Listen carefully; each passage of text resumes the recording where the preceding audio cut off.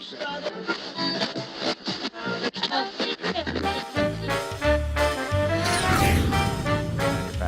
electric motor manufacturer specifically just for this machine. He's not using the Maxim motors that everybody else is using apparently. Yeah, fair enough. They're being used for quite a long time in tattooing now. Yeah. I remember buying Byron chains from the Maxim motors like a fair few years ago, and Swatch Drive were using them too, I think, weren't they? Yeah. Swatch Drive was using them. The Neotac guys started using them. They're Swiss made motors, yeah? The Maxim motors, I think they're Swiss or they're German. It's one of the two. Yeah. Because there's Swiss. A lot of the Swiss motors were just brushless, nice Swiss motors. I think these Maxim motors, I don't know. Somebody will tell us. Tell us in the comments. I know that Byron's got a shitload of them left over. Tell him to make some fucking cool direct drive. He never stops, that mad scientist. He just sent me another picture this week of a new one. That the frameless one I was talking about. Did I tell you about that a couple of weeks ago? Well, it's just a frame. It's like a bodiless, pure brass frame with all its internal guts that you can see. Oh no shit! Yeah, so like everything is just kind of out there. Well, it looks like it at this point. I'm guessing it's like covered in some way, but yeah, the photos eventually like some clear plastic or something. Yeah, I'd love for Byron to make an ejecta that I could use a regular needle bar with, to where a non-cartridge machine. Yeah, because of the old, the kind of like going back around to like the what was it, the original flight? Yeah, or the specific. And the Injecta specific. That's right. The one that looked it looked like a Numa with a motor on the back, basically. Yeah, pretty much. Yeah.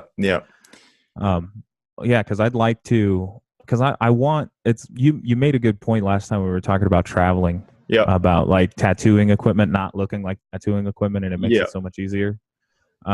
Because if Byron could make a fucking machine that would run, a regular needle bar, I wouldn't need to take any other machines with me but my two Injectas then. That's exactly right, yeah.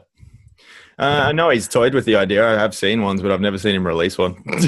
Yeah. The difference with a man that's brain that runs so fucking fast, it's hard to get the product out there. Yeah, and it's not that I can't do big outlines with the Injecta with the cartridges now. It's just it's slower. My dog. They love you, man. Yeah, she'll give up pretty quick. She's missed me. The Great Dane trying to get through the fucking door. Well, I'm going to chop up a little for a spliff. I think I'm going to start with a spliff. I'm going to pause my recording. I didn't realize I was recording that whole time. Yeah, I started a little while ago.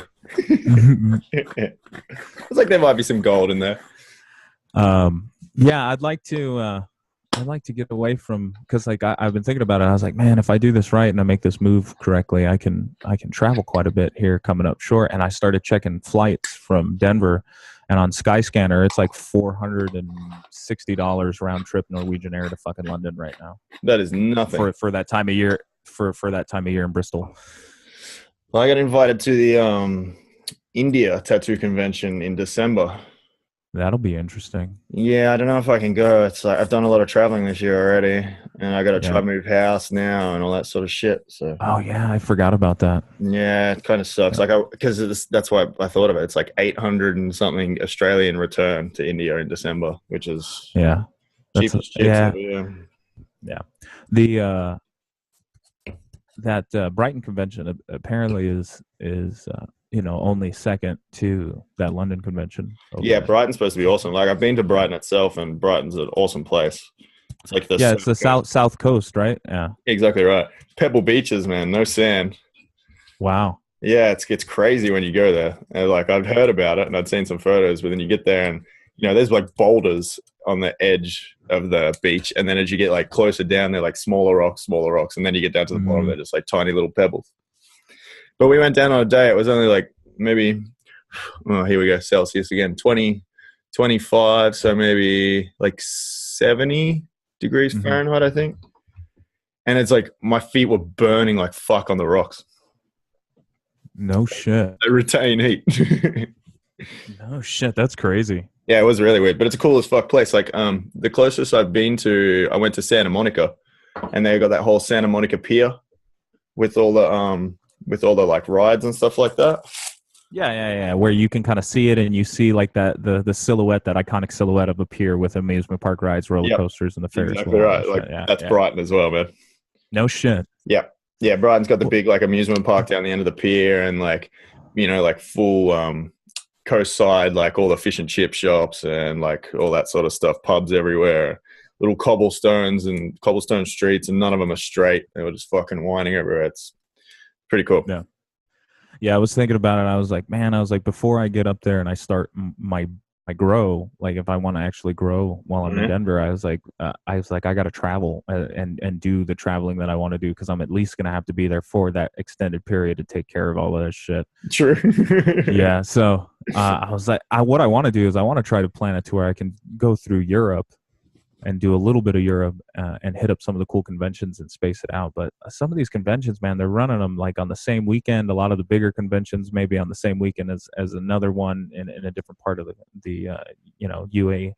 I had the same thing even when I was trying to organize to come to the States, man. I was like, thinking 2 to 3 weeks, like I could probably fit in, 2 or 3 conventions in that. But they were all on the same deal, same weekend, or like 3 weeks apart and then 2 weekends next to each other. And yeah, it just didn't work out. Do you go back to a lot of the same places that you've traveled before? If they're really good, yeah, absolutely. And then, then I don't bother. I tick that one off the list and then move on to the next one. Yeah, because fucking London was good to me. That's London, why I'm like, I got to go back there. Yeah, it's because you lived there for so long, it kind of makes sense. Yeah, it has. Like, I go back to sort of go see, that part of my life and go see a few mates and check out what's changed and all that sort of stuff. So yeah, I think I'll probably go there now for a different reason, but I love London, so I'd go back there anyway. Where'd you go tattoo if you were to go back? Like shops wise or areas? Yeah, if you were gonna go guest spot, I mean, like, because there's this place, the Circle in Soho, which is a super cool spot. That Chris Guest introduced me to. The dude who runs it is a super cool dude, and they're. But that seems like that area down there in the Soho district is super cool for tattoo shops. Yeah, absolutely. It's just that kind of area. I mean, I got a good mate over there, Camille, who did my throat and my ribs and all that sort of stuff. I've known him for quite a few years now. He's the one that helped me into tattooing. So I go back and hit him up, go work with him. He's got an awesome crew now. And then who else is there? There's, I think it's called Good Times. Is like what's your buddy's shop? Camille, Camille Tattoo, Kamil. Okay, right on. Yeah. There's Dan Chase told me about another one called Kids Love Inc. East. I feel like I've heard of that too, yeah. It's right off of Brick Lane, like right there with all the cool graffiti and all that shit. It's such a sick area. Huh? Oh, dude, I fucking love Brick Lane. You had to have gotten the bagels with the fucking salt beef. There on Brick Lane, dude. Just the best drunk food ever. Curry later on, yeah, exactly right. Yeah, just some fucking like chicken katsu or fucking. I remember trying to eat like the hottest curry I've ever eaten. I was like being a smart ass, and I was like, yeah, I can handle any chili. I was like, got the what was it? The Vindaloo. They fucked me up. Oh, dude. Well, it's like people were telling me, it's like, oh, you want Indian food, just go to Brick Lane, man. Yeah, and it's true. You go down Brick Lane, and it's just like you get transported into a whole nother fucking country. The other place is Birmingham, like up north, a couple of hours. I got told, some of the best curry in England is in Birmingham. And you don't think these things would really make sense, but you go there and fuck me. I've not been to India yet, but there's some good Indian food. Well, I think London is just one of those food capitals, though, because there was so much good food. And like me, I always look for good, authentic Japanese food anywhere I go. And for me, I was super surprised at how, like, you can go to like Soho in the Chinatown, but there's a little district there that's just full of Japanese eateries, Tokyo diners, little stuff like that. Sushi is pretty ubiquitous. It's kind of everywhere, but finding like home cooking that's Japanese is kind of rare, but it was fucking everywhere there. That and ramen. Yeah, true. I just like the beer. Pho is the new one we have here in Australia for the last 5 years or more. Have you had the pho revolution? Yep. Yeah, they can go folk theirself. I agree. Frothy water. It doesn't fucking taste good, man. There's not like a lot of flavor to it, and they're like, oh, but you got to put the seasoning in it. I was like, then what the fuck did I just pay that guy for? Some fucking water, some dishwater, and some noodles? Fuck that shit. Yeah, that's what I'm like. But you're right. It is pretty fucking tasty. Anyways, if you're just joining us now, welcome to the 4th episode of the Tattoo Mind podcast. Hirsch, that's Sam. Yeah. What's happening? I love it every now and then. Your mic goes full robot, rare, and it just did it right then. That was perfect timing. Welcome to number 4, people. Mr. David Robot Hershman over there. Trying to. Mr. Roboto. Tomo arigato. Mr. Spliffbotto. Mr. Spliffbotto. I think it's that time. I gotta bless this podcast with some smoke. It seems to be a tradition now. Yeah. I when I was doing my research earlier today, when I was watching all those videos, I say research when I was just fucking around for the couple hours that I had to kill. Getting high, watching people get high. Yeah, you know, because it's kind of like when I watch that movie Constantine with Keanu Reeves, which is it should have got a lot more praise than it did, but it makes me want to smoke a lot of cigarettes because he smokes a lot of fucking cigarettes in that movie. He does. I dead set tried to watch that movie 4 times before I finally got to see it all at once. I'm pretty horrible at falling asleep through movies. I don't sleep at the best of times, and then I put on a movie and bam, I'm out. It's probably my favorite portrayal of Lucifer. Yeah, it's pretty good. Probably just makes you feel like, because I think when they show a crazy demon devil kind of thing, it's not scary. No. You know, there's nothing visceral, there's nothing real there. So you see this dude and you can kind of see that maybe he was a really handsome shining light back in the day, and he's just the most, and he comes down in a fucking white suit and a white tuxedo. It's so fucking good. Awesome. Yeah. Just reminds me of Rick and Morty. Everything reminds me of Rick and Morty now. Well, it's because Rick and Morty is the lens that we view reality through now. Totally. That's how I've been. The new episode's probably going to air. It's going to start airing here in probably 30 minutes. Which, number 3? Yeah, number 3. Oh, we just got number 2. Pickle Rick. We just got number 2. What'd you think about it? It was amazing. I don't I'd rather ruin books and things like that for people than ruin Rick and Morty for people. Go watch it. It was awesome. It's been out for a week, fuckers. I know, but I only watched it yesterday. It's been out for a week. I just brushed up on it today because I was like, maybe we might talk about it, so I got to be ready. True. But it was excellent. It was excellent. It was good. We'll give people one more week. We know you're all busy tattooing, doing your thing. So yeah, go watch Rick and Morty, fuckers. You can watch it for free on Cartoon Network and Adult Swim, and you can watch that full episode for free. There you go. Advertisement. Not a sponsor. Definitely not. We have none of those yet. Yeah. Yet. But if Justin Roiland wants to come down here and smoke a lot of weed or get really drunk and talk to us, that'd be fine. Absolutely. We'll show you how to download the Zoom app and everything. It's super easy. It's really easy. Anyone that wants to join us, it's really easy. We're going to hit you all up soon. I got a big set of letters going out to everybody that I want to join us on this thing, and hopefully they can participate. You don't have to smoke weed with us. Don't worry. That's just our game. That just happens to be a coincidence. It could have very well been 2 guys here who's not smoking weed and one guy. I was thinking yesterday purely because my dad asked me if my grandpa could watch the podcast. I was like, maybe I have to do one without smoking weed. It's going to be harder. Just edible it up. There you go. You know? It's me not thinking. Yeah. Yeah, I'm just saying. Oh, I have some of that weed lean that I keep forgetting about. That's what I should have done before I start. Oh, I can actually still do that. I have a soft drink right next to me. You gonna get crazy on me, yo. I'd have to run away really quickly. I won't do it. It's all right.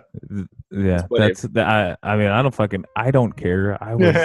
I was way more fucked up on my birthday doing the podcast than I really thought I was. So really, you went back and watched it? Oh, I watched. Well, it's funny. We smoke enough to where I forget a lot about what we talk about. Absolutely. So long anyway. Yeah. So a lot of the time I get to re-enjoy it. It's kind of nice. One of the magic things about marijuana, and it's funny because people always ask what good would marijuana do? Why does it make you forget things? And we forget how it acts on our brain, and it acts on these receptors called cannabinoid receptors, but that cannabinoid receptor is meant for a chemical that we make called anandamide. And anandamide is like a focus drug. It stops you from remembering every face that you see when you get off the subway. I just learned something. Yeah. That's awesome. Yeah, crazy. Fucking weed science. And that's funny because that didn't come today. That was just some shit that I'd stored back from other shit, but that's the reason that it works on us, and it may, initiate that same pathway of short-term memory loss. makes us think that we're forgetting things that are useless, and then later on they pop back up. Well, that's why it's good for people like me who have like extreme ADHD. I've never been tested, but I believe that I have some form of that shit. I mean, I know I'm not really a believer in that shit. I think that some people just fire on different fucking pathways, and some people are a bit more hyperactive and creative, and they can't control that in school, so they got to dumb everyone down. Yeah, that's true. But I think like almost everybody our age has some kind of chemical imbalance. Oh man, the shit that we're being fed and fucking all the rest of it. Like, how can we not? The children of baby boomers, like the people that it's like we went through this excess of fast food, excess of pesticides. We went through the bulk of that before they were like, hey, in the mid 90s, maybe we shouldn't do this. So like in our earliest developing years, we were fed the worst shit possible. Yeah. And then vaccinations and all the rest of it. Not just that, all the stuff that our food was in, packaging, lead, aluminium. So we're still learning all that shit. The BAH or whatever the fuck it is now in plastics that we're just plastics figuring BPA, out. Yeah. Yep. Leave that shit alone, people. Get rid of your fluoride. Get rid of your BPAs. Yep. So what are we going to talk about today, Sam? This week, all I've been thinking about is flow and composition, because I've been freehanding a lot of stuff this week. So I figured that could be a pretty cool little pickup to what our weeks have been like. Yeah. I think one of the most underrated things that people I think it's not underrated. I think it's just you don't speak that language yet when you first start designing big custom tattoos or even small custom tattoos. Is like composition is a visual language in a lot of ways. And it's just like, if I want to say I love you to a Russian girl who only speaks Russian, I got to learn to speak a little bit of Russian. And you learn to speak little bits of composition the more and more you start producing art and looking at well-developed art. You can learn some really bad habits, but it's one of those things too, to where you really have to be tough on yourself, especially with composition, because you may be able to look at a portrait and copy it exactly, but that's not composition. That's technical application. That's technical execution. Exactly. And I think now that just you saying that, like, composition can definitely spread across all those different fields in such different ways. I mean, I like now thinking about it, like composition in a graphic design way. When I was first teaching one of my apprentices, he was a graphic designer, so his composition always lent to those rules.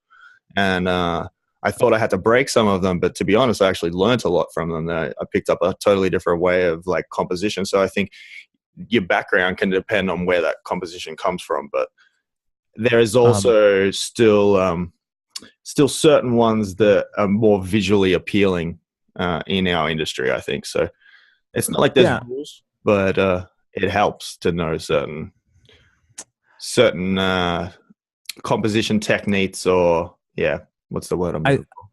I think paying a really good attention to anatomy. Yeah, exactly right. And working with the body and is one of the biggest things that, like, you end up seeing these really gorgeous, attractive, large-scale pieces.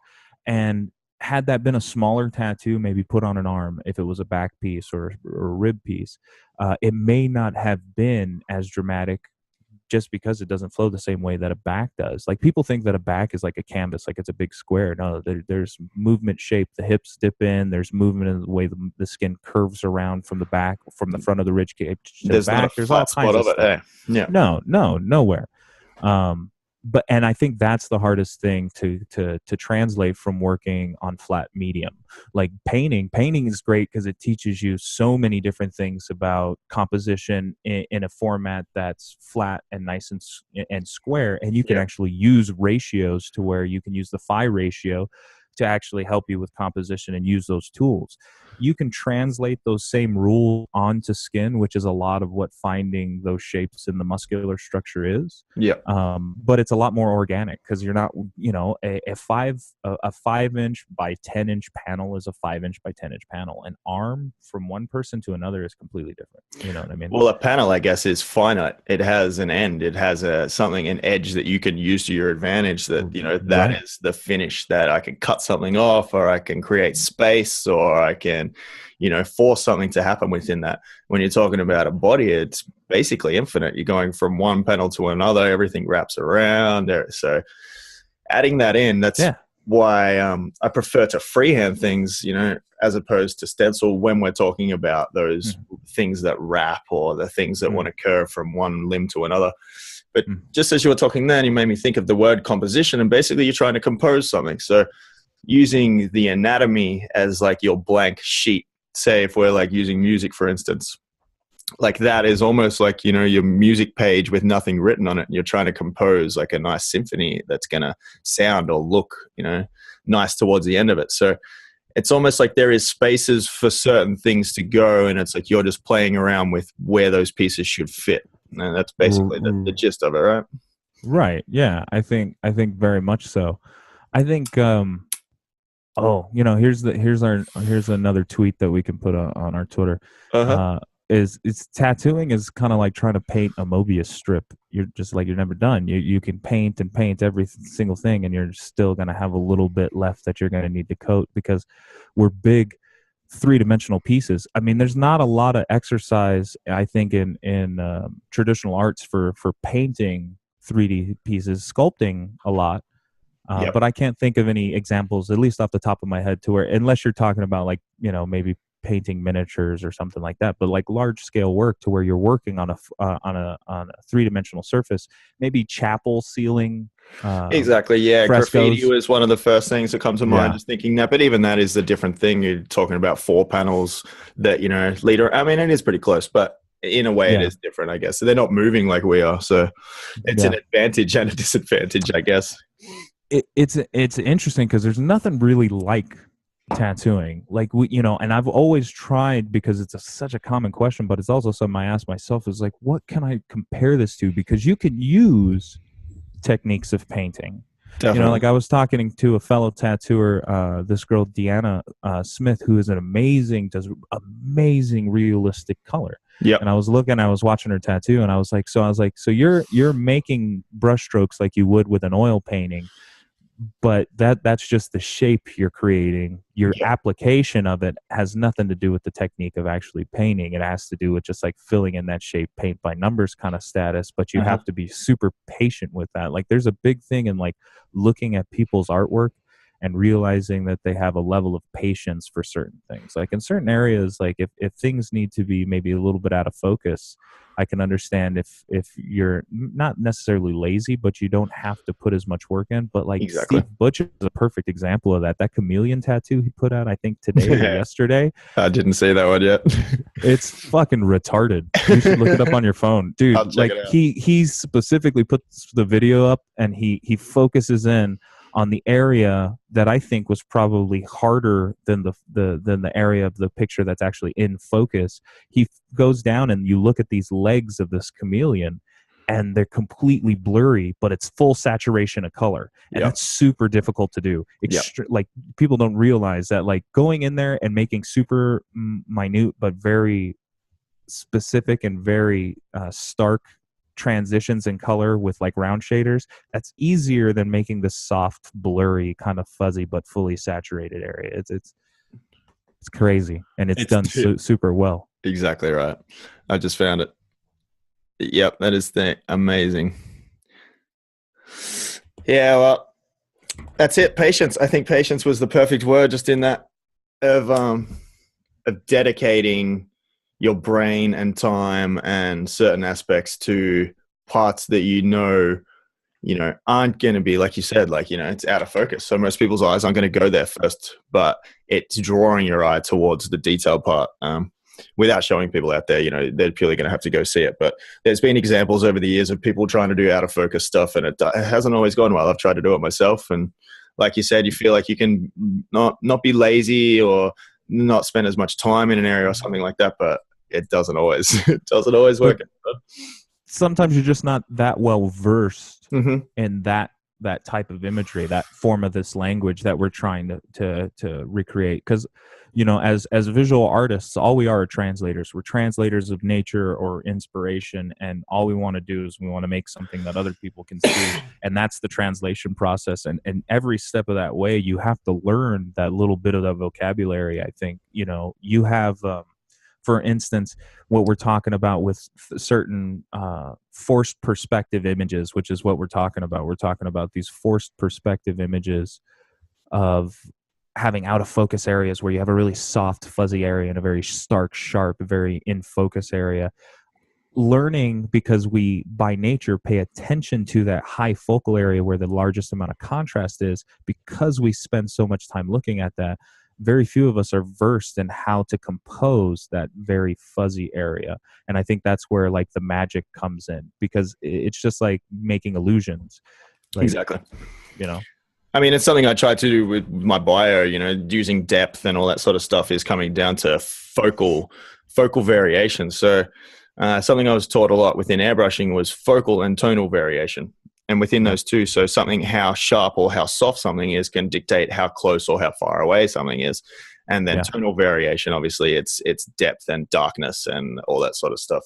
And that can go into a heap of different ways. But yeah, I think focus is a very important thing.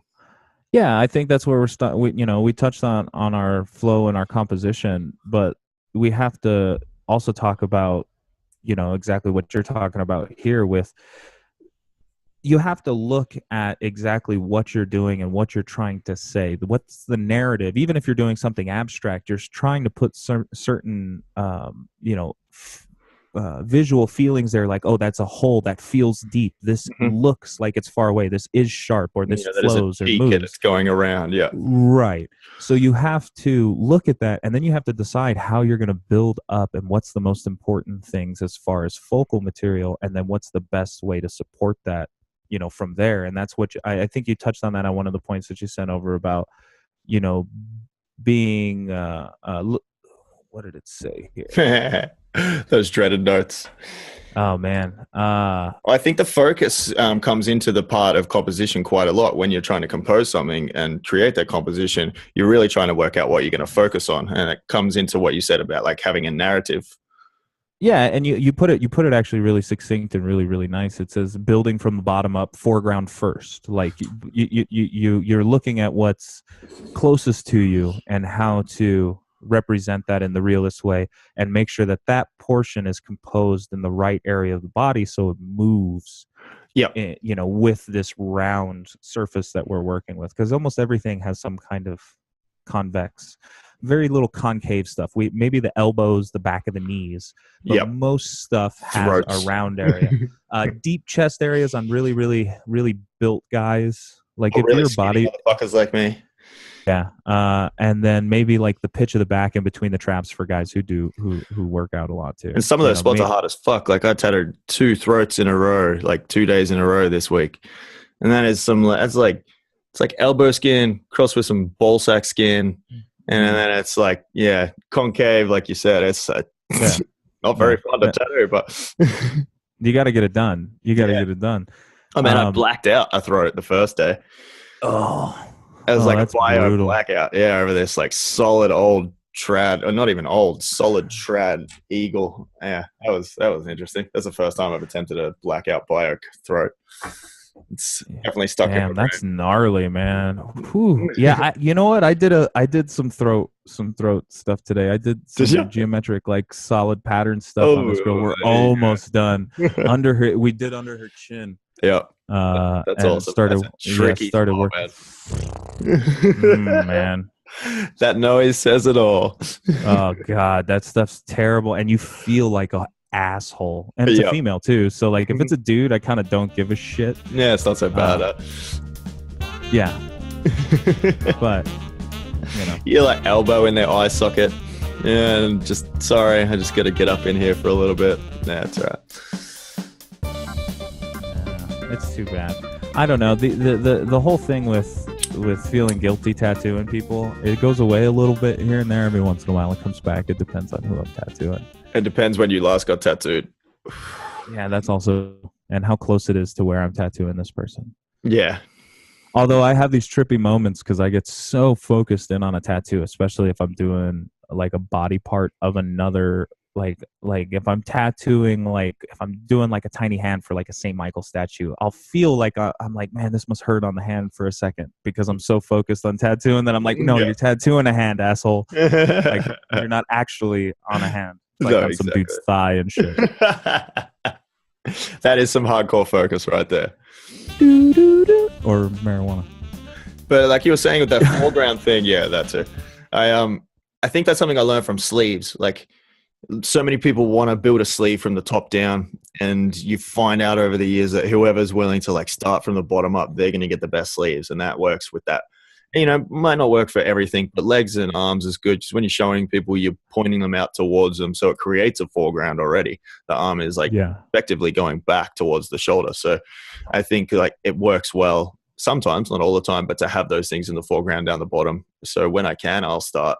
You know, if someone's committing and they want to sleeve with a hand, I'll start on the hand and work my way up that forearm, join the hand all the way through the arm. It creates a much more visually pleasing tattoo. And it's not just like this little round hand tattoo and then a sleeve above it. So that's interesting. Love doing that shit. That's interesting. I've never approached a sleeve like that. Usually, I mean, most of the time, I'm trying to think. Have I ever just now? Because most of the time I draw out, you know, and have a basic plan of where everything's going to go. Yep. So that I know how to build and leave myself to where I can kind of build into whether I start at the top or go from. I've never gone from, and it makes sense when you say it. I had not even a kid. Here's Reese. He's like only a couple of years younger than me, so like mid-20s. And he come in and organized a sleeve, and he wanted his hand done, and he'd been thinking about it for years. And we organized all this thing, and then, you know, months later, for when it was finally booked in, when I had time, he came in and we started drawing on his hand and working his way up the arm. And I'd already started tattooing his hand for the day, and it clicked with me. I was like, "Do you have any other tattoos?" He's like, "Nah, bro. It's the first one." I was like, "Oh my God." I was like, "Oh, well, hand tattoos, we wouldn't have done this 10 years ago, but it's honestly one of the better sleeves that definitely one of the better sleeves that I've done. I was going to say the best, but I can never pick a best one. As far as like skulls and bio and all the rest of it, I definitely enjoy working on it. We're probably only one session on finishing it.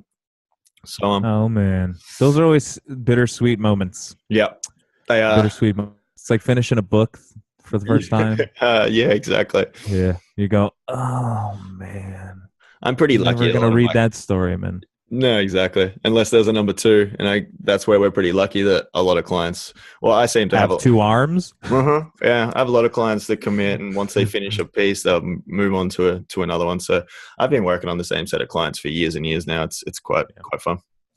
And yeah, that's what at least one of the things to keep in mind. Like, you either have to travel consistently, or you have to be somewhere consistently. If you really want to build yourself into a style and get people who are going to trust you to where, you know, there's a lot of times where I have to, you know, go, yeah, I know exactly what I'm doing. I have no fucking idea what I'm going to do. I need some markers. I need some markers, and I need to draw for a couple of minutes, and I may wipe that shit off, and I may go back in. You know, you never know. I love telling my clients that. I'm like, nearly finished. Oh, I got someone calling me. I'm like nearly finished doing the whole like freehand drawing, and I look at it and I'm like, all right, I'm going to step away from this for a few minutes just so I can, you know, get my brain around whether I like it and whether I like the flow and the way it's happening and just the whole thing.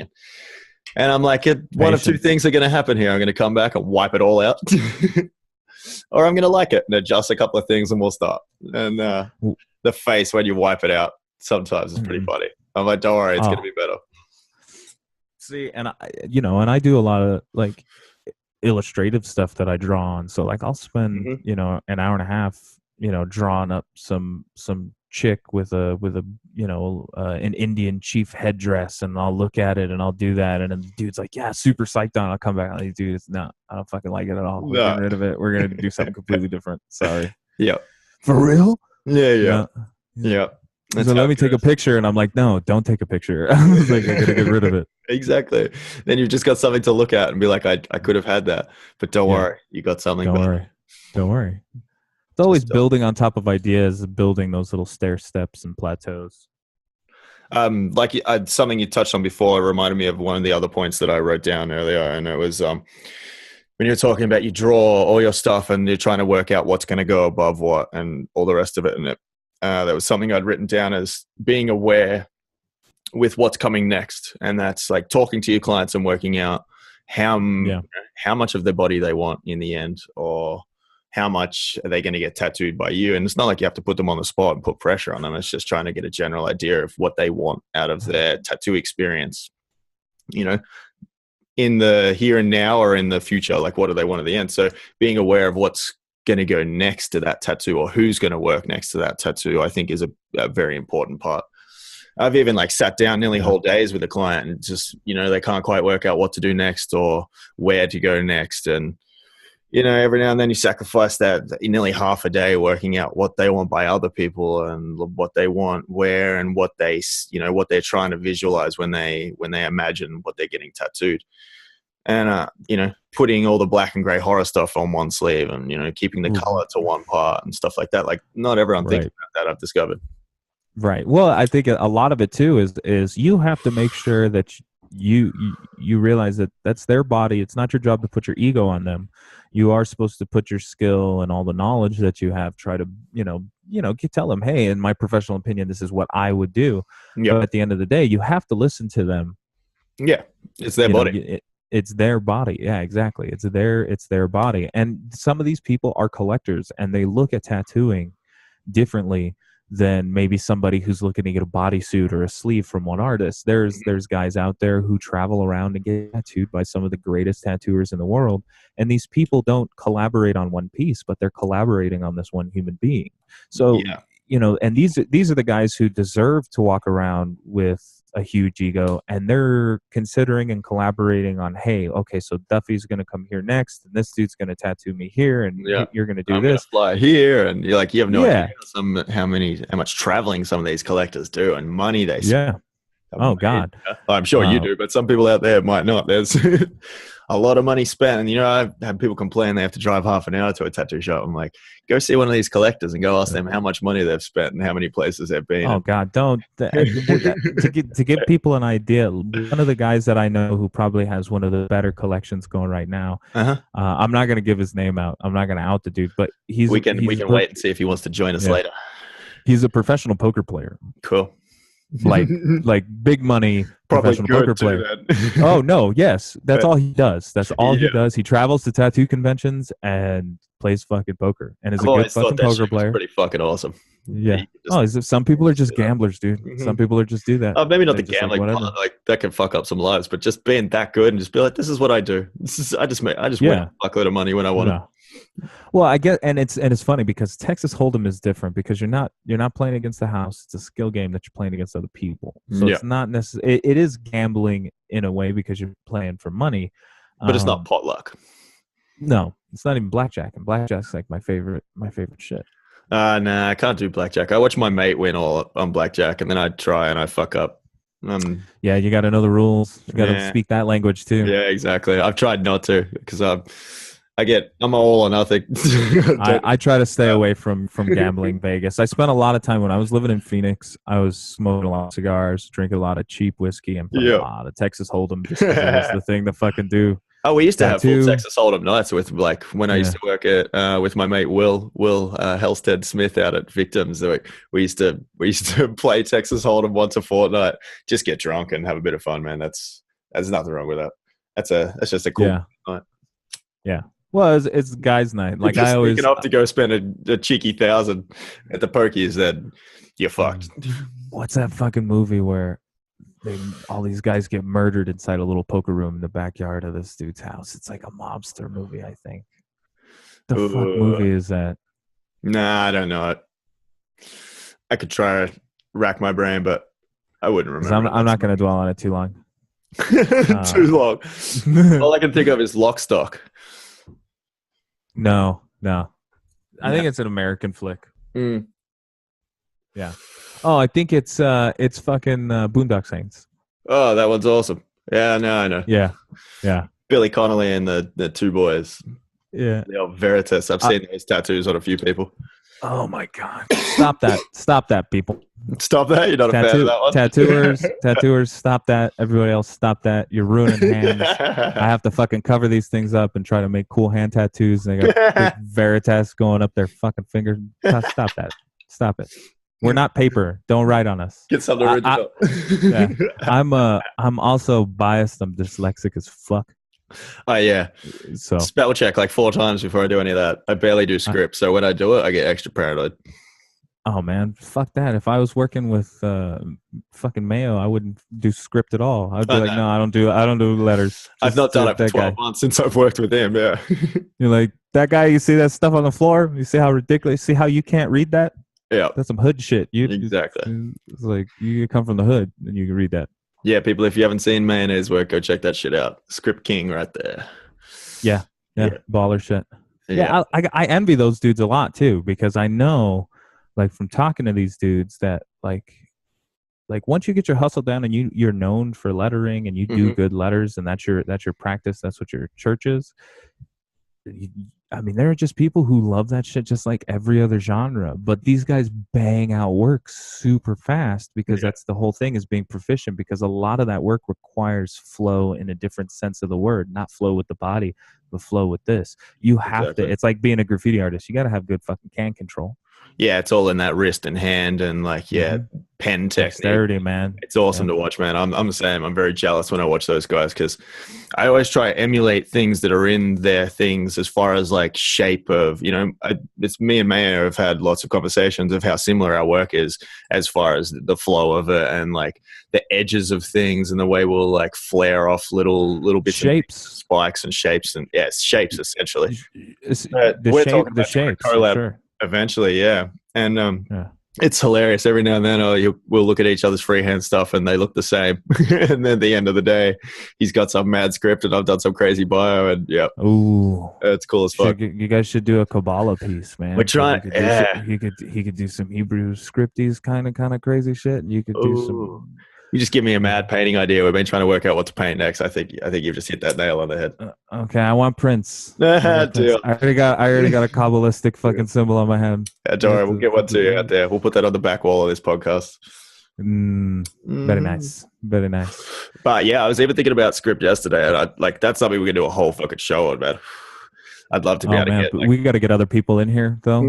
Yeah, definitely for that. Like, I don't know enough. I'm no authority. No authority. No, I tried calligraphy when I was like 12. That's about the extent of mine. And I love drawing like tattoo script. Like even when I first started, because you obviously have to do a lot of script when you first start tattooing. It's just a part of it, and it's also an amazing way to learn how to outline and fill little tricky fucking spots, man. And so. I still love drawing it because I love like you were talking about, the flow of your hand as opposed to like the flow of the actual piece. And that's why I love using Sharpies too when I freehand things. Like you use the fat part and the skinny part and really use your hand to like apply those. You turn them on the side and oh yeah, I love that shit. I mean, a lot of that too is like, if you look at like you and Mayonnaise's work, like you look at those two side by side, and at first you may not look at it, but if you think of them like you're looking at one in the macro and one in the micro, like yours is, if you look at it, it's like super zoomed in, as if you took like an electron microscope and looked at his lettering and it happened to be alive. That's even cooler. Now we have to make a video. Just like this crazy and then it just turns into one of your bio pieces. Oh bro, that's happening now.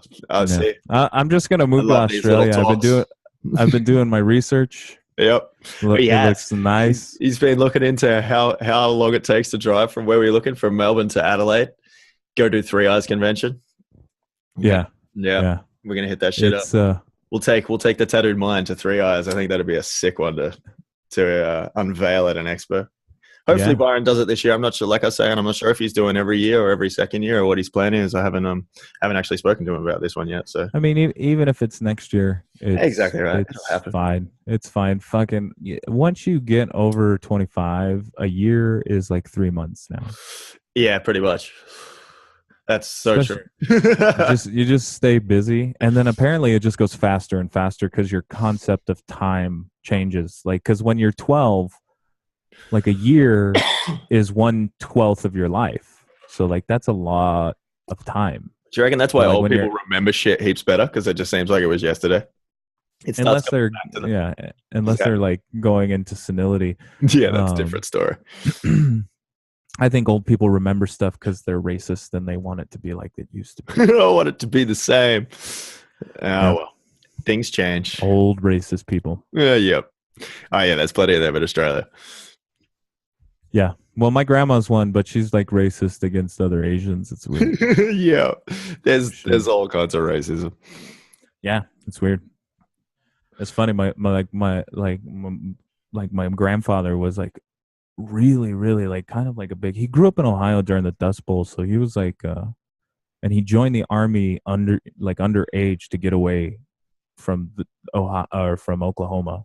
Excuse me, Oklahoma in the Dust Bowl. Yeah, and so he joined the army to get away from that because he thought going to World War II would be better than staying in Oklahoma. Oh my god! So he had a rough life for a little while, but he was super like he would be just say terrible things, like racist things, like stuff that I won't even dare repeat. And I like. Oh yeah, no, my pa's nearly 95, I think next month, and same deal. He has World War II, and I've heard him say some pretty crazy shit. But now that he's gotten older, it's like because he's so old now, it's lessening and lessening, and.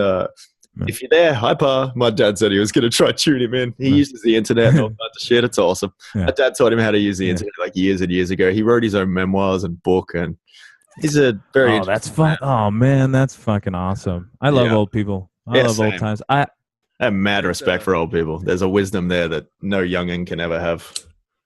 You know that word Schadenfreude, right? Like it's a great word to like. It's like being happy with somebody else's discontent, right? Yeah, I have heard that. Yeah. So that's a German word, right? Say that again. I wish Schadenfreude. There we go. Yeah, Schadenfreude is a word that basically you relish in somebody else's misfortune, like you're really happy when somebody else is sad. But I need to find out a word for being nostalgic for a place I've never been, because nostalgia is you looking back and feeling all warm and fuzzy about something that you've experienced in the past. But I look back at like Sherlock Holmes' Victorian era London, mostly because I'm a white male, that I can look back at these times and be like, yeah, let's go. We get all confused as to where we're from. Well, right. We never know. Right. But just the fact that I'm a white male, I can time travel. Yeah, it's fair enough. But is that H.G. Wells? Was that Wells? Or Well? No, that was Wells. That was H.G. Wells, but no, I'm not saying it because I'm white. I'm just saying like if you're a black guy, you can't even go back to the 60s here in the States. I know what you mean. There was just what I mean? No opportunity to be free. Yeah, I got you. So you'd have to go back and be invisible and like look at it like a tourist or something. I'm sure. Well, I don't know. There's probably times that there's places you wouldn't want to be white either. Oh yeah. Probably quite a lot of places back. I'm not going to Hawaii. They fucking ate Captain Cook. For real. You know what I mean? Like there's certain places. They found out from New Zealand that he was just taking chiefs back and doing what he wanted, sending them on sideshows. So they're just going to eat that motherfucker. Yeah. We have some pride in old Captain Cook here because we wouldn't be here without him, I guess. So we're kind of like our stories when we were young in Australia is how good he was and all the rest of it. And then you kind of learn that he was kind of fucked up. No, you fucks would still be in the UK if you could follow the rules, if you weren't so silly. Exactly. Still in those. You guys weren't so silly. Shit. If you guys weren't so poor. Yep. If you guys could have made some money. Do you reckon they realized they fucked up eventually when the colonies here started actually having fun and they realized the weather was 10 times better and the country was 4,000 times bigger? I mean, like, I don't know how you could get the fucking ship around and see Bondi Beach and be like, we're going to leave these fuckers here? No, they didn't get to there. They went, like, right down to the bottom to just, like, the little island in the west coast. And those fucks, man. Yeah. They're idiots. They wouldn't say like, fuck all, a whole heap of jagged coast and, not much to start with. That's like being in the Sahara Desert and then, like, deciding I'm going to turn around and go the other way, being 10 steps away from fucking a Dasani machine. Yeah. Just like, are you Oasis? Yeah. Oh, man, because it's beautiful. Because like I said, I've been nerding out about Australia. I've always wanted to go. I like it. It's cool. One place we have to go if you come then is I've never been up to the Kimberleys, which is like way up north of Western Australia, I believe. And then so like Cairns, Darwin, all the way up the top. We should do the top of it. That's like I got Google Maps. I'm gonna look at this shit right now. So visually for me, that's like real Australia. Whenever you see those like hell flyover views of the red rock carved out and bit of water. Okay, yeah. Yeah, it's pretty amazing. It's fucking crazy how close Papua New Guinea is to you guys. Yeah, very. I mean, we were interconnected, obviously not that long ago. No, like just Ice Aboriginals Age. here and the Papua New Guinean people share a lot of lineage and stuff like Those that. is there Did you Aboriginal see they? tattooing in Australia or no? No, not really that I know of. They had Interesting. certain, yeah, exactly. It is quite interesting. I think they're one of the only cultures that kind of didn't really have that. They had other forms of body modification, and they were pretty extreme. Different tribes had different ones. I've been told. I brought up one day that I'd been told years ago, which was like saline injections into the ball sack. So they would, like, the chief or the head honcho would. Excuse me? Exactly right. Yeah. Fucking excuse me? Exactly. So somehow, and I've not gone to research this one. This is just what I was told years ago. And like I said, I brought it up to a client, and he said, yeah, he'd heard that it was done with like certain things like shells to inject like salt water into the testicle sac. Into their Nazak? Didn't get that one. To make it bigger. And, we do saline injection modification these days. It's, people still think it's a weird thing, but whatever, each to their own. And the other one that I then was told by this client was, I can't remember what it's called now, but when they're like, it's sub-incision on the penis. So when they like split the penis from the head down, and like, anyone out there, feel free to correct me, but I've Googled that one, and that one come up with a fair few results. And apparently that was done in one or a couple of tribes around Australia. So as they aged, they would cut further down the penis. No shit, they did the hot dog penis down there, the blown up hot dog. Because like, there's dudes who do that, who just have that. They're just like, yeah, cut my dick up, make it like 4 ways. Yeah, fall into that. And apparently, it still works. It still gets erect. Oh yeah, I've seen tacos. I've seen all kinds of shit of that. Everyone's seen videos, no doubt. Yeah, but you gotta like put your hand around it and like cram it together to do anything with it.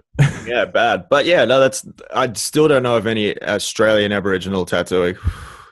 That's interesting, because I would have really thought that, like, you being that close, you got New Zealand, which is to the south of you, which it seems like the normal, so the Samoan Sea and all that. So it would look like all of these people coming from this Micronesian area down exactly, all the Polynesians, yeah, coming through this Micronesian area to Papua New Guinea, and then those same people are the people who I guess millions of years ago branched off, or not millions, couldn't have been millions. It had to be like, maybe what 10,000 years ago was when the ice ages. When they got over that strait from Papua New Guinea into Australia, and those. Yeah, they've shared that one. So I don't know if Papua New Guinea really have much tattooing either, do they? Isn't the Obon people are there? Okay. Is Borneo around here too? Because Indonesia's over here. Well, Borneo is close. It's underneath on the bottom of Southeast Asia there. Yeah. So I know that we've got the Borneo Rose dudes, and then I think in Papua New Guinea there's tattooing there too. It's funny that it would have just skipped Australia. I wonder if it's got to be something there somewhere, but it's just not like a common prevalent like theme that has come, that we've seen, or it hasn't been carried on. Maybe is like another one, because there's probably evidence of some tattooing and body modification out there if they've found out that they do, these sub incisions and like saline injections and stuff. So. You should contact the like a cultural museum or something and see if like there is any yet, because that'd be dope to know, because I'd like to see what their like designs were, maybe if they have any idea about that shit. Yeah, definitely. Something very cool to look into. I'm definitely going to look into the Australian history more within all that modification thing, and we can find out what they did. Yeah, we can shoot a video called Rediscovering Australian Tattooing. Ooh. Yeah. Well, just Aboriginal like language has been passed down. Like they've passed down all their like mythology and stories and stuff like that as a visual language.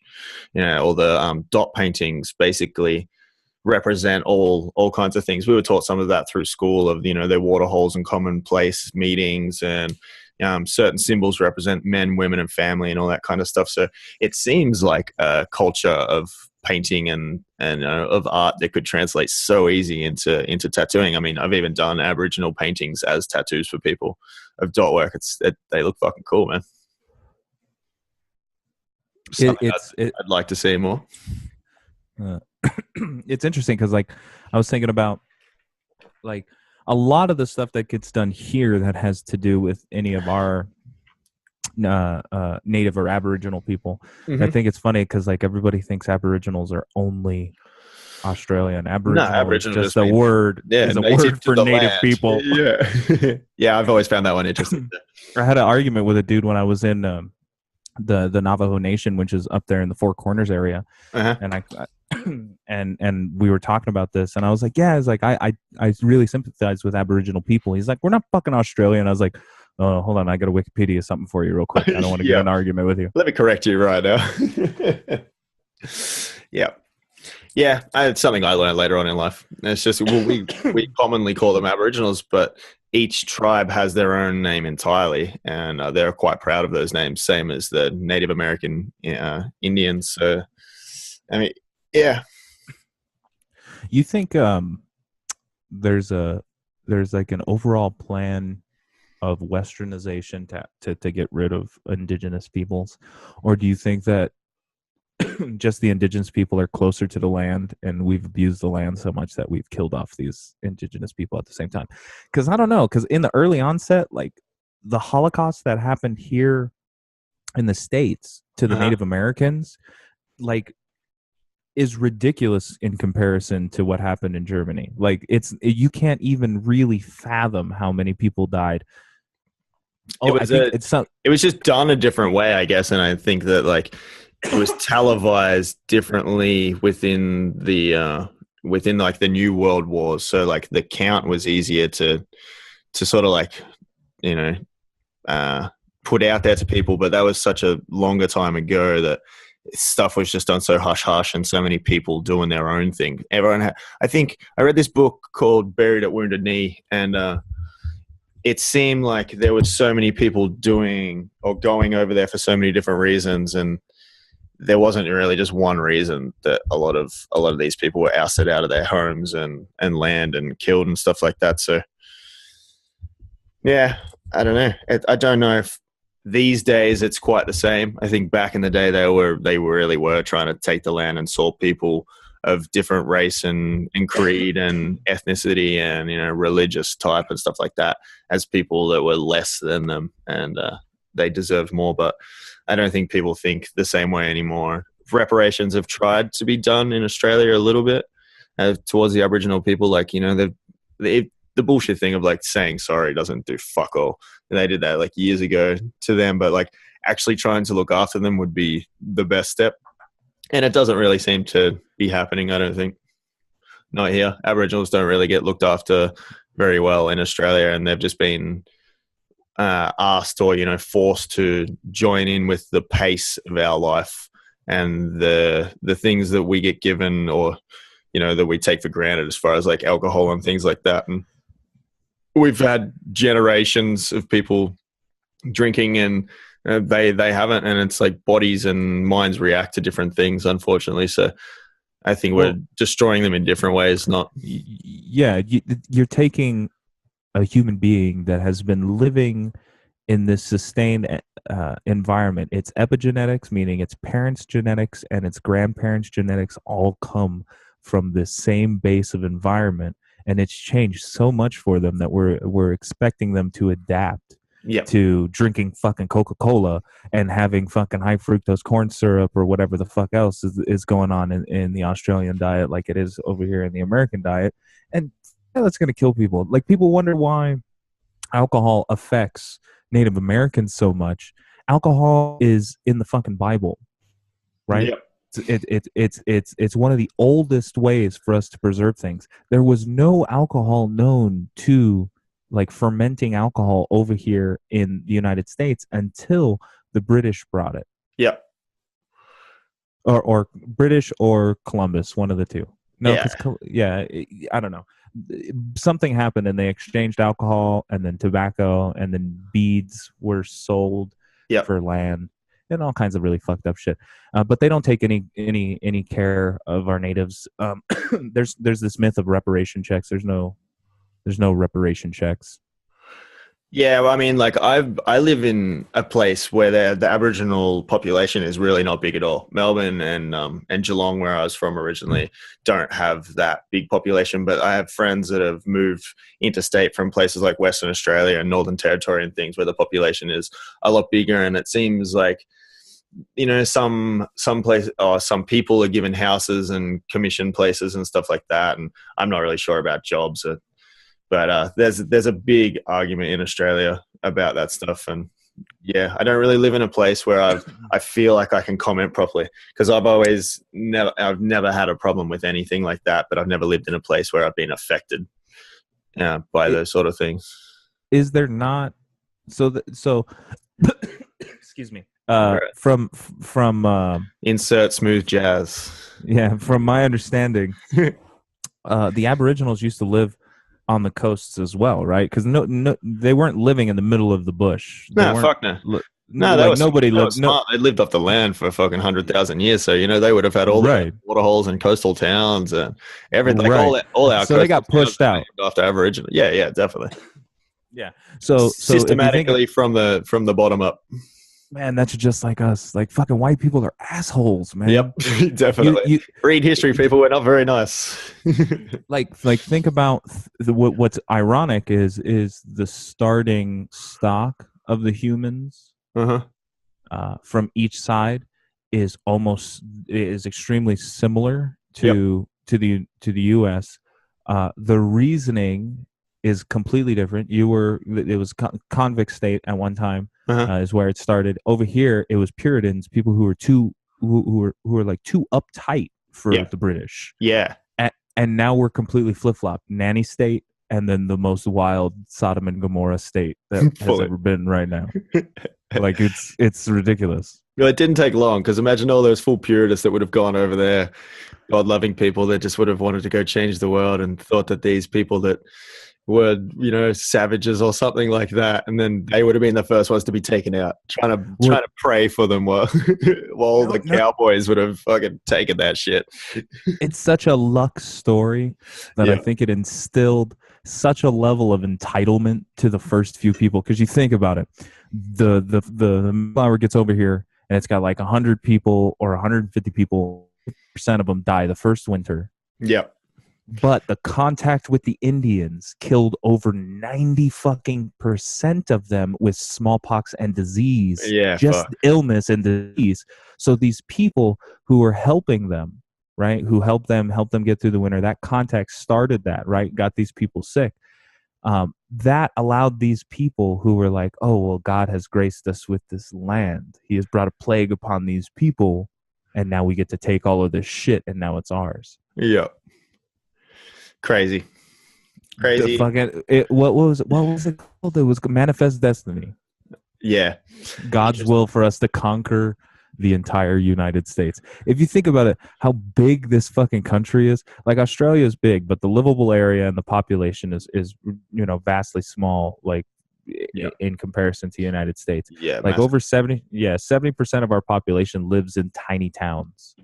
Yeah.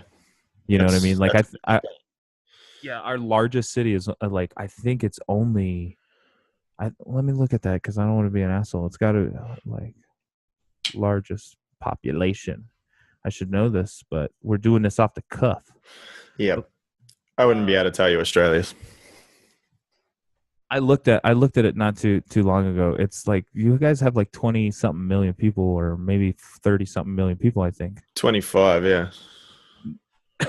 And that's total population. There's 350 million fucking people here. Yeah, we did this one last week. did we talk about this? Jesus Christ. Yeah, there's a lot of fucking people here. Yeah. Like man, just a couple of our cities is all of the UK. Yep. So what was the town over there? The largest city in the US? Yeah. I think it's New York. I think it's New York. I would have always thought that. Yeah, New York is gigantic. Have you ever been? No, I think it's going to be my next trip over there. I reckon I'm going to try to do like New York and Philly, and because I've been told that those conventions are some of the best. So, do you do Empire State? Yeah, remember we were talking to Justin Harris, and when we're I know you didn't come to the bar after that. No, so I was talking to Justin Harris. Oh, yeah. Yeah, I did it the second year. I'm sorry. I didn't mean to interrupt. No, that's right. So I've been told that's real good. Yeah, so estimated population for New York is, Jesus Christ, 8,537,673. Why do they even put the 73? Like they're like 1, 2. No, there's 3 people. There's 3 extra people on this 8.5 million people who live in this one fucking city. Within that whole time that you just said that, like 4 people died and 5 people were born. So, dude, that's fucking crazy. There's almost 4 million people in Los Angeles. Yeah. They're what in the whole of LA. Then what is Melbourne is I think 2 million, 2.5 million, and I think Sydney might be like 4 million. Don't quote me on that because I don't really give a fuck. It's dab time, I think. Go get it. Hit it. I haven't had one this whole one. I realized I was smoking that split for nearly an hour. Saw my little counter B. And it was yeah. It's definitely an hour-long spliff. That's all right. Did me good. What else we got on this little list of shit that we had on there? Oh, sessions-wise. Single sessions and multiple sessions. I put this on as far as a flow idea, like using a whole session to create that flow in freehand and stuff like you were talking before, spending a couple of hours drawing shit over and over. So it's something I've started playing with quite a lot now, is not worrying about trying to get an awesome tattoo in one day for a cool Instagram photo. Like, not that it's ever really bothered me. I've always done multiple sessions, but every now and then you're like, I can do this in one day. And it sometimes, you do conventions and stuff and you have to get it done in one day. But if you don't have to, and clients are chill about multiple sessions and like layering and things, it's something I love playing with. So I thought I'd chuck that on our list for sure. I think I find a balance in between the two. I mean, yesterday's tattoo for me was a one and done for this piece. It was a fairly large piece, but it's black and gray. Black and gray goes in pretty soft. It's not very red afterwards, and she sat like a champ. Many things come into this. Yeah, and also on my mind was that, like, I'm going to a convention this weekend, this coming weekend. So I was like, let me see. Let me see what my chops are. How fast, reasonably can I bang this out? It's a fairly detailed piece, lots of shit going on. So I was like, okay, let me see. It was a good appropriate size. So I was like, okay. I was like, yeah, that felt pretty comfortable. I was like, I can push myself harder than that when you're in that environment if I need to, just to get some shit done. Definitely. I love pressure. Like pressure sometimes to finish something is awesome. Yeah. Oh, that headpiece in Dallas is a perfect example. Like, I love the fact that you and Jesse are just like, nah, we're shutting this motherfucker down. No, we don't care. Nah, we were tattooed way past all the award ceremonies, and people were wanting to turn out the lights, and we were just getting our things done. Yeah, but do you find that like, is that amongst the culture of bio tattooers, or is that just something that you had in common with Jesse? No, I think that's just something we had in common there, and there's a couple other guys who are always like that. I've been that guy a couple times too. Oh, definitely, man. It's not really something I would put down to just bio at all. I've been around conventions where I've seen fucking people just like going flat stick all night, like they're the last person with a little, almost generator and just flashlights in their booth trying to finish stuff off. And back in the day, massive color realism pieces that were just ridiculous 12, 14-hour tattoos that these people were trying to get finished for someone in one day. And now I think people are spreading those across 2 days, which is a smarter way to do it at expos. That was sort of more like nearly a 10-year ago thing, 10 years ago. Yeah, I think people have chilled on that one. But yeah, man, even I saw Duffy doing it at 3 Eyes last time. He sat there all night while we were partying at like one of the after parties, and he was finishing off this huge 12-hour rib piece. He was just loving it anyway. Yeah. I mean, there's certain moments and certain things, and like, especially if I'm really just digging on working and I'm into that, that's fine. There are some conventions to where, like, every once in a while after a really long day, I'm like, man, I'm kind of jealous I didn't talk to anybody today. Oh yeah, but it just but it just happens every once in a while. That's the trade-off, huh? For like, there was the same when I came to Dallas, and whenever I do an expo that I know heaps of awesome internationals are going to be at, is when you set yourself these massive tasks of wanting to impress the people around you and like show people what you're actually capable of, that you end up spending way more time with your head down in your booth and you don't get to talk to people and like go check out what everyone's doing. But I try and make a point of at least like getting around at expos and saying hello and checking out what people are doing. But yeah, it's Dallas was full on. I smashed out quite a few big tattoos along that one, but I made sure I even got tattooed while I was there. Fuck it. Yeah. You got tattooed. You judged. Yeah, I judged. I got tattooed by Flax, and then I got tattooed by Levitt a couple of days after that. It was good. Yeah, that was nice. Got my face tattooed while I was in the middle of tattooing some young kid's arm. It's pretty funny. He was a good lad. I'm like, hey bro, do you mind if I just go get tattooed real quick while I'm tattooing you? I was like, I'll look after you. Okay. He was like, yeah. He was like, I'll take care of you. Yeah. He was good. Yeah. I think multiple days is kind of it's the more sensible way to do things. I think you have to, if you're gonna work on one customer for multiple days, you have to take them into consideration a lot in a lot of ways. Pricing. You're talking like consecutive days? Yeah. Yeah. Especially at a convention, if you're going to do that. If you're going to break up multiple pieces at home, the best thing to do and the best work that I find that I do is if I'm at home and I don't feel really any pressure on, hey, I've got to get this much done or I've got to do this. If I can sit there and say, hey, this is how we're going to work this out, and I can feel that kind of comfort in that piece, and they understand that this is going to be necessary to take this time, it's going to come out better. I'd rather do that. Some people are super impatient, so I end up having to kind of wrestle them into that. Hey, there's no way that we're going to finish this. Yeah, either that or you end up like compromising the tattoo, and you don't feel like you got that extra 10% that you would normally go and stuff like that. So yeah, totally agree with that. Yeah, it's hard to get it across at that extra 30% that it takes to really, really get a tattoo to really shine and be exactly what you need. Takes just as much time as the 70% that you just worked on. It's also quite no, exactly right. It's quite hard to like get that across, like you said, as without offending or without putting any idea in someone's head that the tattoo's not good or not good yet. It's just like it's just unfinished. It just needs this extra little bit, and some people can't visualize that next step.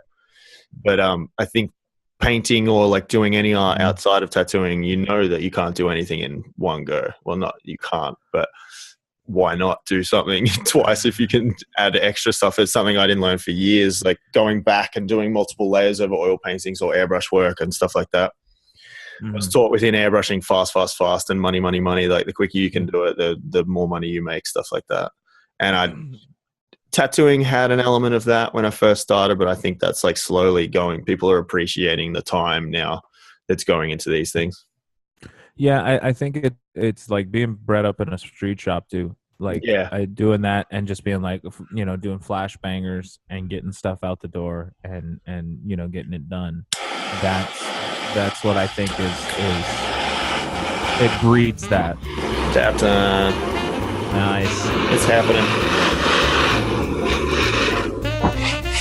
Yeah, definitely, man. It all depends where you come from and what your background. It actually depends like what you want from it as well, like how you want to tattoo, whether you're in it just for a fuck ton of money, and like you can go out there and you can smash out a shitload of tattoos and make a heap of money, but I'd rather put out some sick shit.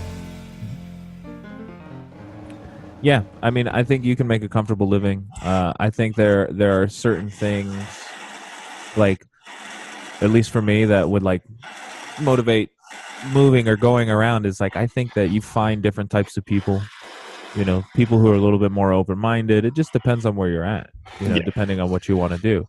It's amazing to me that there are so many customers for specific types of tattooing. You can take bio, or you can take, some of the really off-the-wall, crazy neo-traditional stuff is still like, there's still a huge customer basis for people who are, in the middle of nowhere.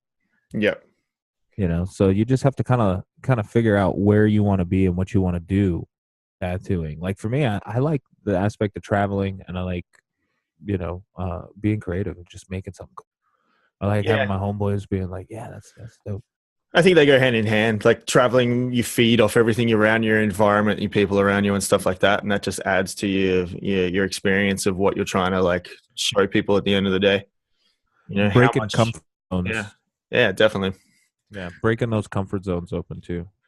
Yeah, which like that was perfect into what I was going to like come into next. And it was from what you're saying of like the multiple day sessions. So like consecutive days, or then whether you were just talking multiple sessions, so like weeks apart to let something heal and come back to it and finish that thing. And it's something that I've been doing for a little while now. And it's like when I freehand something and I've like nearly completed how I want the tattoo to look within that freehand drawing, and then the next step is to like apply that to the skin.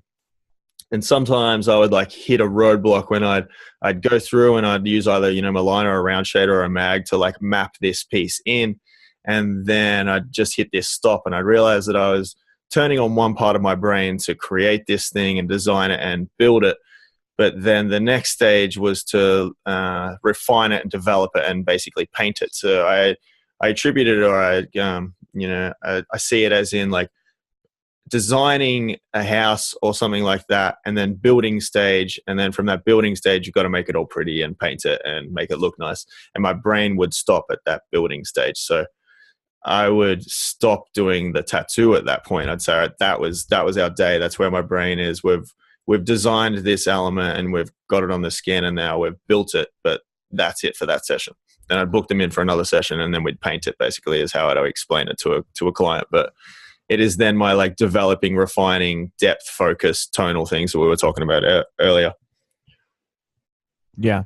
I think it's patience too. Like it takes patience is there's I don't know where I heard this quote. I repeat it a lot, but the fucked up thing about patience is if you want some, you already have to have some. Yeah. Yeah. It's very true.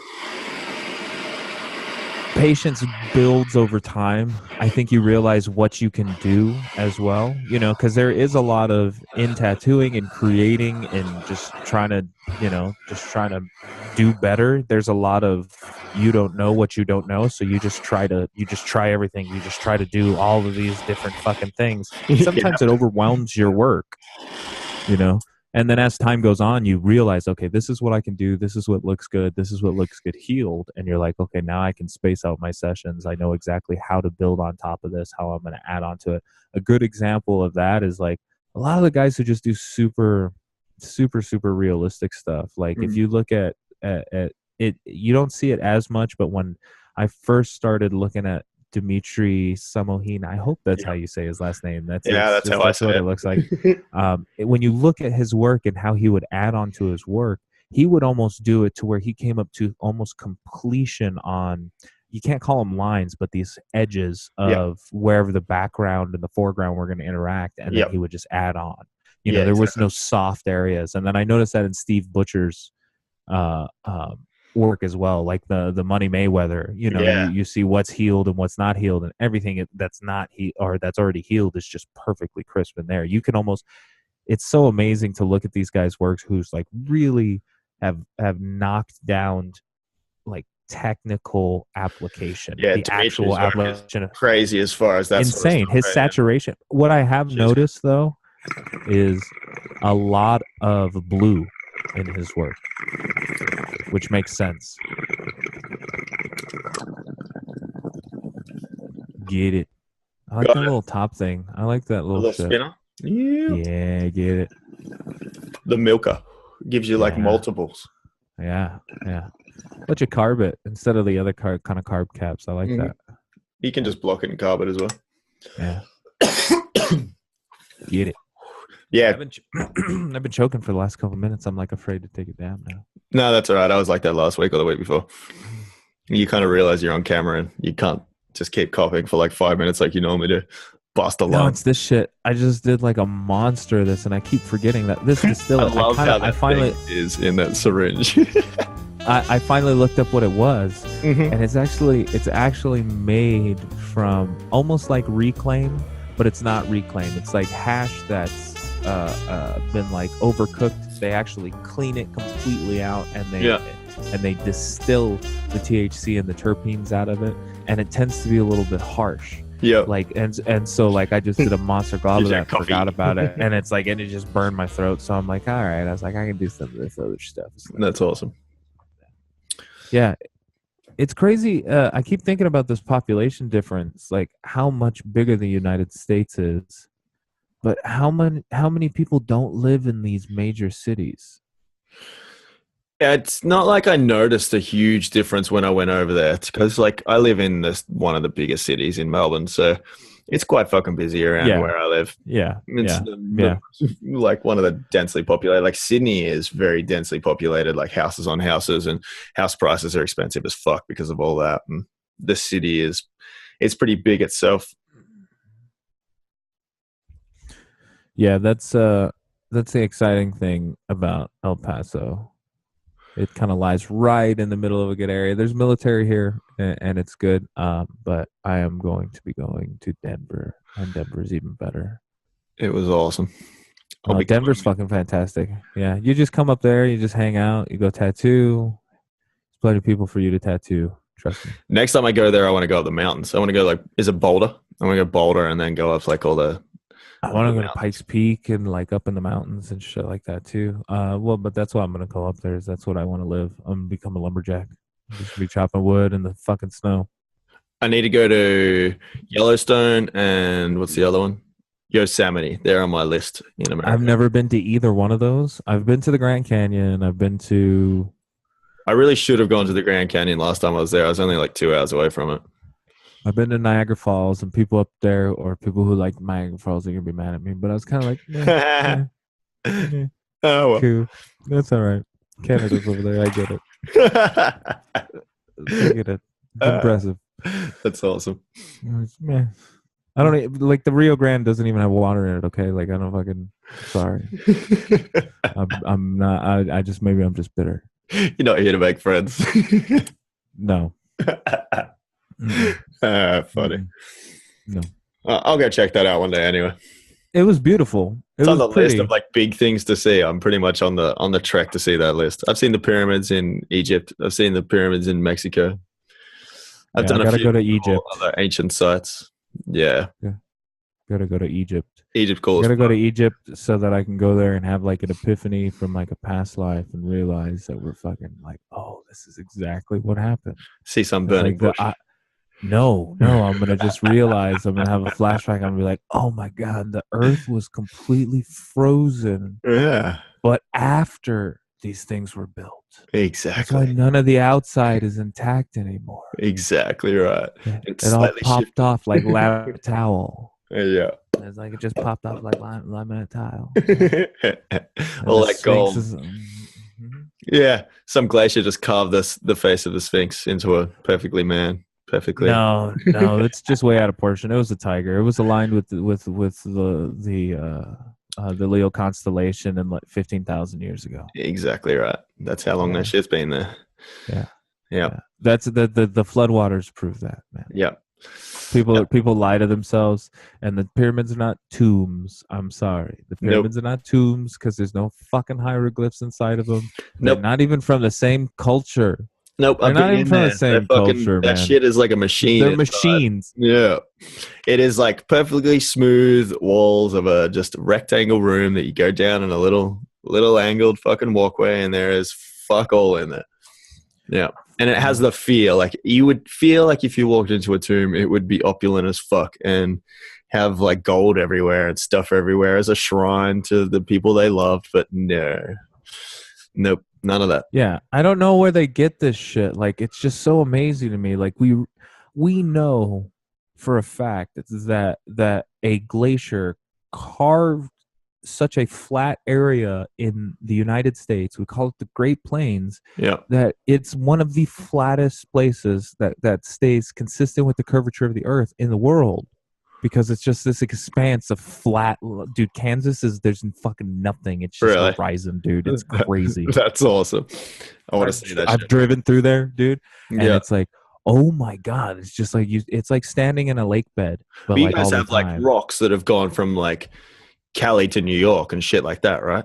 Don't you have like boulders? Yeah. Like in parks of New York that have like been pushed all the way across America. Yeah, because of the giant fucking like it's multiple glaciers. Like it's multiple glaciers. Like they always talk about like the ice age ending 10,000 years ago, and it's this great ice age that ended. But there's that's happened several times. Yeah, you know, climate change is more common than continental shift. Yeah. And if you look at Pangea and how much has changed since then, you guys got to be fucking kidding me. Graham Hancock is my favorite. And what's his friend? Randall. What's his name? I've been nerding out on them a little bit. Carson. Graham's good. Carson, he's like the old dude with the goatee and the big hair. He does all the like geology stuff. Yeah. He's like, it's all bullshit. You can't find the crystallization doesn't make sense. These guys are fun. There, he's awesome. That was one of my favorites on Joe Rogan when he gets Graham Hancock high for, I'm assuming, the first time in quite a while. Yeah, that was awesome. If you haven't, I like watching. Go check them out. Yeah, definitely. And Joe Rogan. Yes, exactly. If you're listening to this, I'm sure you've heard Joe Rogan. I hope so. Yeah. Oh, I downloaded somebody's podcast like for the first time on my phone. Like, because I usually put them on my iPad, and it's so cool because it just pops up and it's like a little ad window. We got to get on top of that. Exactly right. Got to get these onto the iTunes. Because I get that same thing too. It just like gives me alerts whenever someone's put a new podcast out there. We've got everyone that's subscribed to our podcast gets those alerts. All the boys in the shop now that have subscribed, and everyone that's told me said they get little alerts when these things get loaded up on YouTube now. So people, if you're listening and you want to get notified when these come up, because sometimes it takes me a day or two, just subscribe. Yep. We likes it. It's just that we're trying to make good videos, and neither one of us has experience. Sam's pretty good at it. He's kind of naturally